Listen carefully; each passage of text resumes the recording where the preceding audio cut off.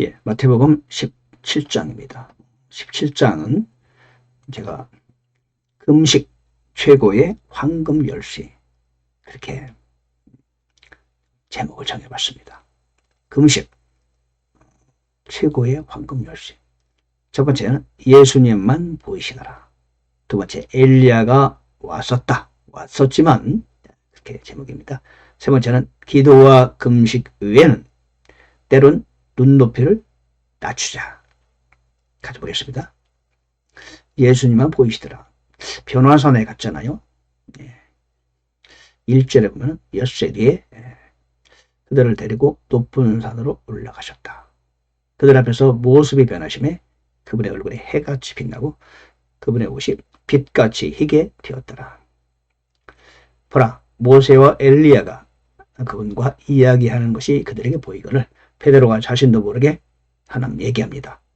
하나는 주를 위하여, 하나는 모세를 위하여, 하나는 엘리야를 위하여 장막을 짓게 하옵소서. 그러자 하늘에서 빛나는 구름이 그들을 덮더니 보라, 구름 속에서 한 음성이 나서 이르시되 이 사람은 내 사랑하는 아들이라. 내가 그를 매우 기뻐하느니 너희는 그의 말을 들으라. 그들의 눈을 들어보니 오직 예수님 외에는 아무도 보이지 아니하더라.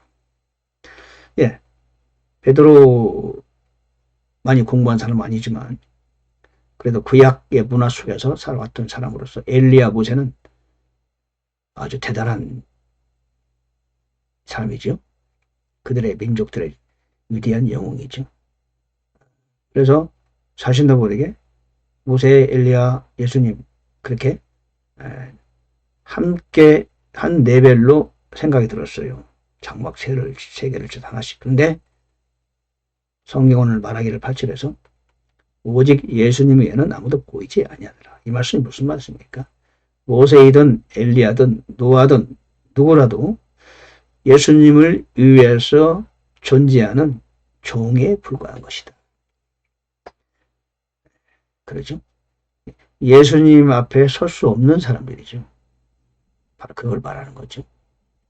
우리도 그래요. 우리도 이 땅을 살아가면서 주 예수님 외에는 보이면 안 돼요. 그렇죠? 우리는 자꾸 사람은 자기를 보이려는 그런 욕망에 사로잡혀요. 그게 바로 육적인 욕구인데 사탄이 그걸 자꾸 이용하죠. 사람은 자기 자랑에 그 유혹에 빠질 수 있어요. 내가 보이는 거예요. 여러분, 내가 보이면 그때부터 큰일 나기 시작하는 거죠. 예수님 외에는 아무도 보이면 안 돼요. 세계적으로 참 유명했던 그 역사 속에서 또 오늘날에도 큰 교회를 하고 이름 있게 부흥사도 하고 그런 분인데 이 참 젊을 때는 그렇게 일을 잘 하시다가 그분의 이름들이 막 드러나요. 예수님이 보이기도 하지만 그분의 명성이 드러나기 시작해요. 그러기 시작하면은 언제부턴가 그분이 시야에서 사라지기 시작해요. 좋지 않은 말이 들리고. 왜 그러느냐? 예수님 이외에 본인이 보이면 안 되는 거죠. 예, 그걸 우리는 주의해야 됩니다. 큰 사람이든 작은 사람이지만 큰 일을 하든 작은 일을 하든 상관없이 우리는 내가 보이면 안 된다. 오직 예수님 외에는 아무도 보이지 않게 하자. 주 예수 그리스도, 그죠? 하나님의 영광 외에는 결코 우리의 어떤 것도 드러내면 안 된다. 그걸 조심하자. 그래서 제가 오늘 첫 소재로 예수님만 보이시더라. 예수님 외에는 아무도 보이지 아니하더라. 그 말씀이 부딪혔어요. 두 번째, 엘리야가 왔지만 12절에 보니까 엘리야가 이미 왔으니 그들이 그를 알지 못하고 자기들이 하고자 하는 것을 그에게 다 임의로 행하였도다. 사람의 아들도 그와 같이 그들에게 고난을 당하리라. 그렇죠? 말라기 4장 5절 부분은 보라, 크고 두려운 날이 이르기 전에 내가 대언자 엘리야를 너희에게 보내리니 그가 아버지의 마음을 자녀들에게로 돌아오게 하며 자녀들의 마음을 그들의 아버지들에게로 돌아오게 하려 함이라. 내가 저주로 그 땅을 치지 아니하게 하리라. 엘리야가 와서 해야 할 일이 있거든요. 근데 침례원을 죽이고 말았어요. 구약에 예언한 엘리야가 왔는데 사람들이 엘리야를 임으로 대했다. 악하게 대했다는 거죠. 예. 그 말씀이거든요. 이 말씀이요. 그 마지막 날에 환란 시대에 엘리야가 다시 옵니다. 환란 시대. 모세도 옵니다. 모세와 엘리야가 계시록 11장에 보면 나오거든요. 두 증인으로 나오는데 그들이 다시 오게 되지요. 침례원이 엘리야의 이름으로 왔지만 백성들이 그를 악하게 대했다는 것을 말씀하는 거죠. 예수 그리스도도 왕으로 오셨지만 그 왕으로 오신 예수 그리스도를 메시아를 십자가에 못 박게 되는 것을 같은 입장이라고 지금 말씀하고 계시는 겁니다.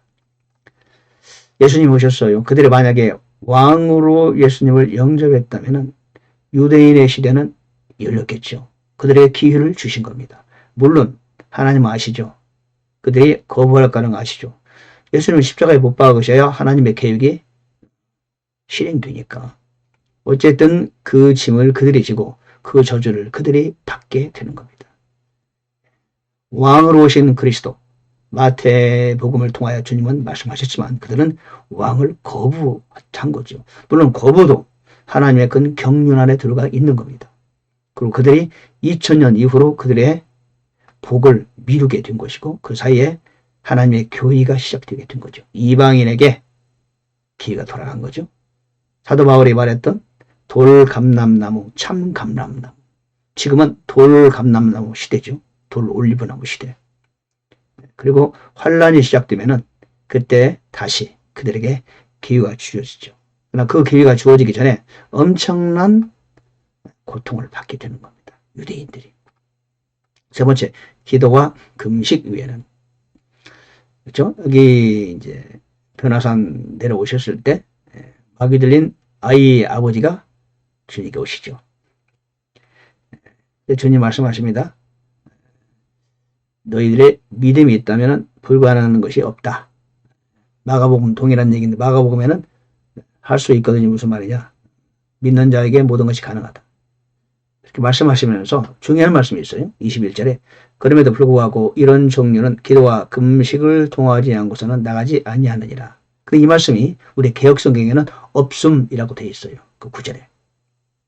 이 중요한 말씀이 기도와 금식 외에는 이런 유가 나가지 않는다. 이 말씀이 개역성경은 빼버렸어요. 누가. 자, 그 4번 헬라 4번에는 없는 거죠. 이 말씀은 본문에는 원문에는 있습니다. 기도와 금식 외에는 이런 종류가 안 나간다. 이런 종류는 뭐죠? 예, 악한 영이죠. 그 아이를 불에도 넣고 물에도 넣고 죽이려고 했던 아주 강력한 제자들이 쫓아내다 하다 결국은 못 쫓아내고 예수님께서 쫓아냈던 그 악한 영. 이런 종류는 기도와 금식을 통하지 않고는 나가지 않는다. 그래서 제가 오늘 장 제목을 금식은 최고의 황금 열쇠다. 다이아몬드 열쇠인가? 다이아몬드 열쇠는 없네요. 다이아몬드는 열쇠는 못 만들죠. 예, 금식은 최고의 황금 열쇠다. 무슨 뜻이냐? 사람이 행하는 모든 일 중에서 최고의 투자 가치가 높은 것이 금식이다. 그러나 금식은 어렵죠. 그러나 금식이야말로 인간의 할 수 있는 어떤 행위보다 가장 가치가 있는 거다. 저는 확실히 말씀드릴 수 있어요. 금식 최고입니다. 여러분 금식하면은 놀랍습니다. 금식을 즐기시고요. 야, 금식은 너무 좋아요. 지금도 우리 빅토리 기도방에 또 금식하는 분 계시죠? 금식을 좀 하다 보면요. 5일, 열흘 정도는 어렵지 않습니다. 금식을 안 해보니까 3일도 힘들고 5일도 힘들죠. 금식을 자주 하면요. 몸이 금식의 몸으로 바뀌어요. 금식의 몸으로 몸이 바뀝니다. 그러면 최고의 건강 비결이 금식입니다. 네 번째, 때로는 눈높이를 낮추자. 예수님께서 성전에 가셨는데 그 성전세를 내라고 그러세요. 예수님은 하나님의 아들이시잖아요. 응? 성전이 하나님 건데 아버지 건데 내야 돼요, 안 내야 돼요? 안 내도 돼요. 예수님 말씀하셔요. 땅의 왕들이 누구에게 관세와 공세를 거느냐? 아들에게냐? 타인들에게냐? 타인들에게서입니다. 베드로가 대답하니까. 맞아. 나도 면제돼야 돼. 그럼에도 불구하고 우리 역사를 실족시킬까 염려하느니 너는 바다에 가서 낚싯바늘을 던져 처음 올라오는 물고기를 잡아라. 그것에 입을 열면 돈 하나를 발견하리니 그것을 가져다가 너를 위해 그들에게 주라.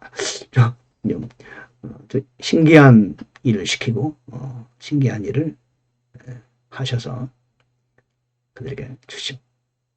예수님이 성전세를 낼 필요가 없죠. 그러나 무지한 그들에게는 그들에게 맞춰주자. 그런 말씀이죠. 우리도 하나님의 자녀로서 세상을 살아가다 보면은 옳지 않은 일을 요구할 때가 있죠. 상대가 이건 정의롭지 않고 예의도 어긋나고 옳지 않아. 그럼에도 불구하고 때로는 눈높이를 낮출 필요가 있다. 그런 일로 다투고 싸우고 그러기보다는 차라리 내가 양보해 주는 거죠. 때로는 눈높이를 낮추자. 이런 유치원생하고 같이 어울리려면 어떻게 해야 돼요? 대학생이랄지라도 그들하고 눈높이를 낮춰야죠. 대학생이 하는 언어를 쓰면 되겠습니까? 초등학생하고 만나서 그들을 구원시키려면 내가 초등학생처럼 될 수밖에 없어요. 전도를 하다 보면 그런 일을 자주 마주쳐요. 노동하는 분들에게 전도하려면요. 노동판에 쓰는 비슷한 언어를 써야 돼요. 거기서 아주 멋지고 논리적이고 아주 수준 있는 언어를 쓰면 안 됩니다. 딱 반감을 일으켜요. 시장 통해 가가지고 시장 일하는 사람들에게 전달하려면 시장 언어를 써야 돼요. 학자의 언어를 쓰면 안 돼요. 목사의 언어를 써도 안 됩니다. 시장 언어를 써요. 어우, 사장님 잘 드십니까? 이거 음식 맛있게 생겼네? 이 전도자는 참 천변만화. 모든 환경에 맞출 수 있어야 돼요. 사도 바울이 그랬잖아요. 유대인에게 전도하기 위해서 내가 유대인처럼 되고 헬라인에게 전도하기 위해서 헬라인처럼 되고 그랬잖아요. 내가 모든 사람들에게 모두 눈높이를 맞췄다. 사도 바울이 한 말이 그런 말이에요. 우리를 고집할 필요가 없다. 때로는 눈높이를 낮출 필요가 있다. 왜? 하나님의 일을 위하여, 하나님의 영광을 위하여. 내가 중요한 게 아니에요. 그렇죠?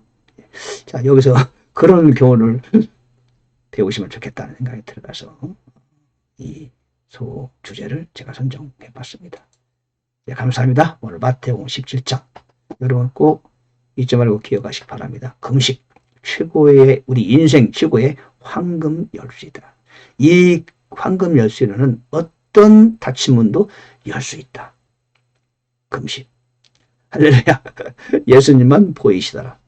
엘리야가 왔지만 무시당했다. 우리도 때로는 무시당해요. 기도와 금식 외에는 이런 이유가 안 나간다. 때로는 우리의 눈높이를 낮추자.